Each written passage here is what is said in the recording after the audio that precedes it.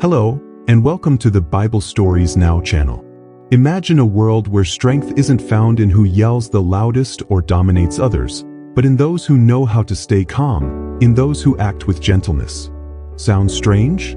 Yet, Jesus taught us that the true heirs of the earth are the meek, not the powerful. Maybe you feel that being meek means being vulnerable, even losing respect. But what if, in reality, meekness is the path to a peace that the world could never offer? In this video, discover the real, surprising power that meekness can bring to your life. How meekness was seen in biblical culture. Matthew 5 verse 5 brings us the promise that the meek will inherit the earth. But for the mindset of those days, this idea sounded radical. In biblical times, meekness and humility weren't exactly virtues people admired. In both pagan and Jewish culture, strength, pride, and even dominance over others were valued. The world expected leadership marked by force, where patience was often seen as weakness. In contrast, Jesus shows us the opposite. In the Master School, those who learn from him begin to realize that the values of God's kingdom go beyond this idea of power, reflecting a higher purpose. Take Moses, for instance, called the meekest man on earth in his time. To most people back then, that might have seemed like a flaw. But to God, it was a crucial trait for leading a challenging and stubborn people. Christ reveals that meekness is a transformative strength, essential for those who want to belong to his kingdom. The Beatitudes make this spiritual journey clear. From those who mourn their sins, Jesus expects them to progress and develop a patience and gentleness that mirror God's own character. And this is exactly what we see in Jesus, our ultimate example. How to be meek. Jesus doesn't just teach about meekness, he is the perfect example of it. Philippians 2 verses 6 to 7 reveals that Christ did not consider equality with God something to be grasped, but emptied himself, taking the form of a servant. This emptying wasn't a loss of value, it was a deliberate choice to live as a servant, showing that true greatness lies in serving, not in being served. Jesus invites us to learn from him, saying, "Learn from me, for I am gentle and humble in heart." To look at Jesus is to see the power and glory of God expressed through the deepest gentleness. His whole life on earth was marked by absolute submission to the Father's will, leading him to live with serenity and endure even the greatest provocations without reacting in anger. And how do we get close to that? The Bible reminds us in Galatians 2 verse 20, "I have been crucified with Christ, and I no longer live, but Christ lives in me." In practice, this means that meekness starts with surrendering our own self, our will, so that Christ can live within us. How about striving for this, even in the small moments each day? A transforming character. One of the biggest challenges we face on the path to meekness is our own ego.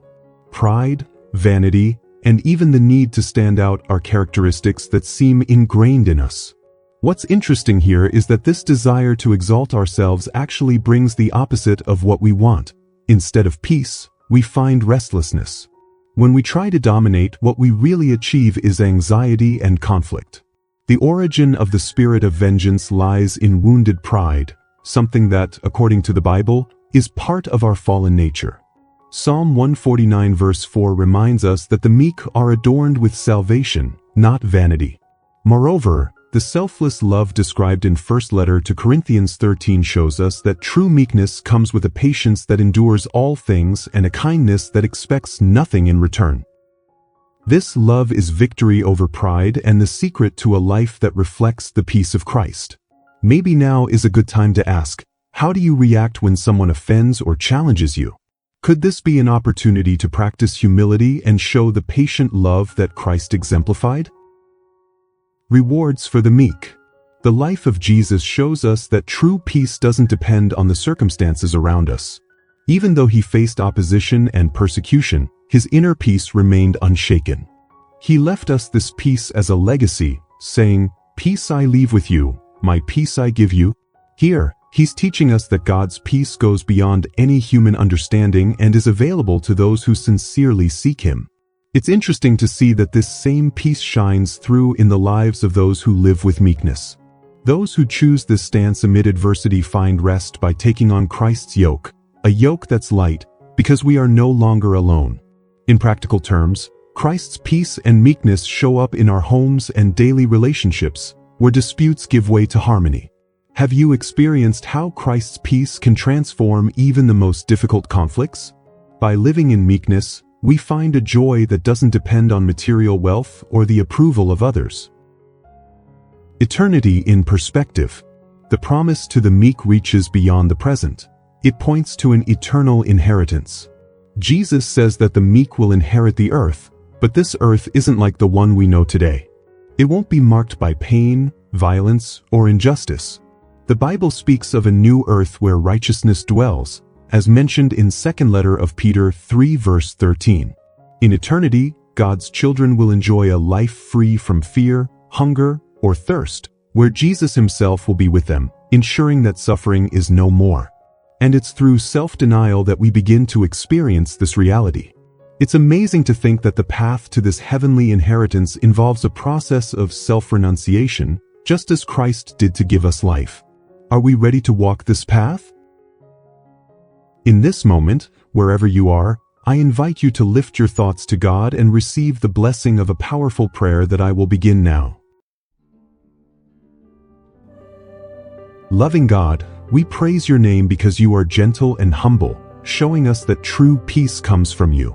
We thank you for Jesus, the model of meekness who teaches us to love, forgive, and live in harmony.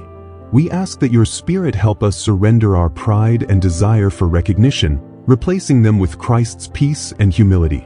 Guide us on the path of meekness and grant us the heavenly inheritance you promised to your children. In Jesus Christ's name, we thank you. Amen. We've reached the end of this video, but the invitation remains.